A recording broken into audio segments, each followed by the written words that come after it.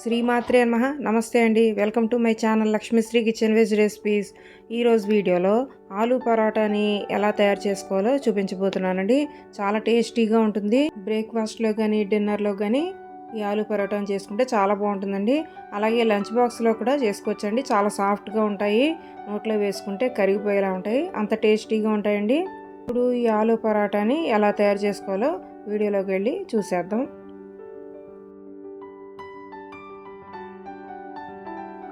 ముందుగా mixing bowl తీసుకుని ఇందులో 2 కప్పుల గోధుమ పిండి వేసుకోవాలి. వెయిట్లో చూసుకుంటే కనుక 1/2 కిలో గోధుమ పిండి ఉంటుందండి. ఇందులోనే 1/2 టీ స్పూన్ సాల్ట్ వేసుకోండి. అలాగే 1/2 టీ స్పూన్ నూనె కూడా వేసుకుని కలుపుకోండి.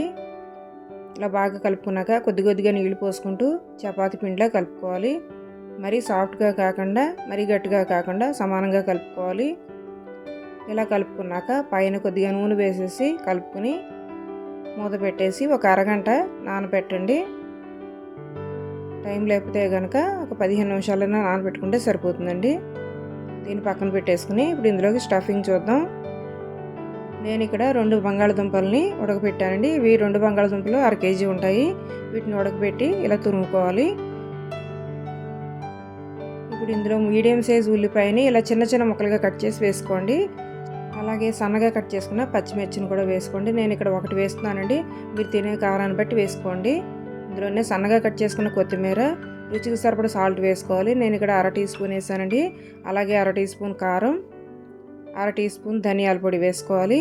1/2 టీ స్పూన్ జీలకర్ర పొడి కూడా వేసుకోవాలి. అలాగే 1/2 టీ స్పూన్ చాట్ మసాలా కూడా వేసుకోండి. ఇందులోనే కొద్దిగా కసూరి మేతి వేసుకోండి, బాగుంటుంది. అలాగే 1 టీ స్పూన్ వాము కూడా వేసుకోండి. వాము వేయడం వల్ల రుచి చాలా బాగుంటుందండి. అలాగే కొద్దిగా నిమ్మరసం కూడా వేసుకుని కలుపుకోండి. ఈ నిమ్మరసానికి బదులుగా ఆమ్చూరు పొడి కూడా వేసుకోవచ్చండి. ఏదైనా సరే 1 వేసుకోండి, సరిపోతుంది.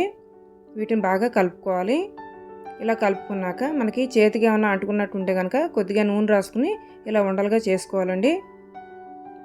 మీరు పరాటాలు ఏ సైజు అయితే చేయాలనుకుంటున్నారో ఆ సైజు ఉండలుగా చేసుకోవాలండి. ఇలాగే అన్ని ఉండలు కూడా చేసి పక్కన పెట్టుకోవాలి. నాకు ఇక్కడ 6 ఉండలు అయ్యాయండి మొత్తం. దీన్ని పక్కన పెట్టేసుకుందాం.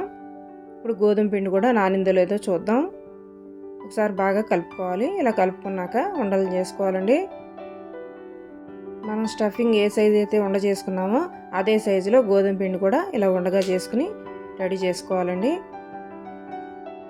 ఇప్పుడు ఈ చపాతీ పిండిని పొడి పిండి అద్దుకుని ఇలా చిన్న పూరీలా చేసుకోవాలి. ఇందులో ముందుగా ప్రిపేర్ చేసుకున్న స్టఫింగ్ని పెట్టుకుని ఇక్కడ వీడియోలో చూపిస్తున్నట్టుగా ఇలా క్లోజ్ చేసుకోవాలండి. మనకి ఎక్కడ కూడా గ్యాప్ లేకుండా ఇలా క్లోజ్ చేసుకుని పొడిపిండి చల్లుకుని పరాటాలో ఒత్తుకోవాలి. ఒత్తుకోవడం బాగా గట్టిగా ప్రెస్ చేస్తూ ఒత్తకూడదండి. ఎక్కువ ప్రెషర్ లేకుండా పైన ఒత్తాలండి. ఎక్కువ ప్రెషర్ ఇస్తే కనుక లోపల పెట్టిన స్టఫింగ్ అంతా కూడా బయటకు వచ్చేస్తుంది. ఇలా తయారు చేసుకుని ప్లేట్లో పెట్టుకోవాలి. ఇలాగే అన్ని పరాటాలు కూడా చేసుకోవాలి. ఇంకోటి చూపిస్తున్నాను చూడండి.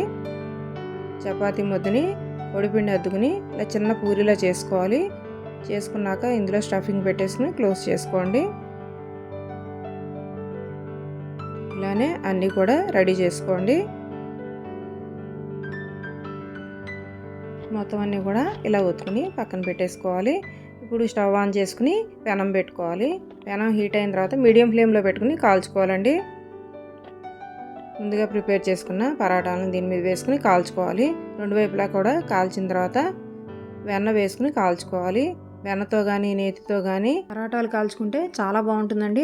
ఒకవేళ మీకు వద్దు అనుకుంటే కనుక నూనెతో కూడా కాల్చుకోవచ్చు. 2 వైపులా కూడా మీడియం ఫ్లేమ్లో పెట్టుకుని కాల్చుకుంటే కనుక చాలా బాగుంటుంది. చూసారు కదా, ఇలా బాగా మంచి కలర్ వచ్చేదాకా కాల్చుకుని ప్లేట్లోకి తీసి పక్కన పెట్టుకోండి. ఇలానే అన్ని పరాటాలను కూడా కాల్చుకోవాలి. చాలా టేస్టీగా ఉంటాయండి, చాలా మెత్తగా ఉంటాయి. ఈ పరాటాలని మీకు నచ్చిన కర్రీతో తినచ్చు, లేదంటే ఉత్తిగా ఇలా తిన్నా కూడా చాలా బాగుంటుందండి. చూసారు కదా, ఇలా కాల్చుకుంటే సరిపోతుంది. మీడియం ఫ్లేమ్లో పెట్టి కాల్చుకుంటే కనుక లోపలంతా కూడా బాగా కుక్ అవుతుంది. అంతేనండి, టేస్టీగా ఉండే ఆలూ పరాటాలు రెడీ అయిపోయాయి.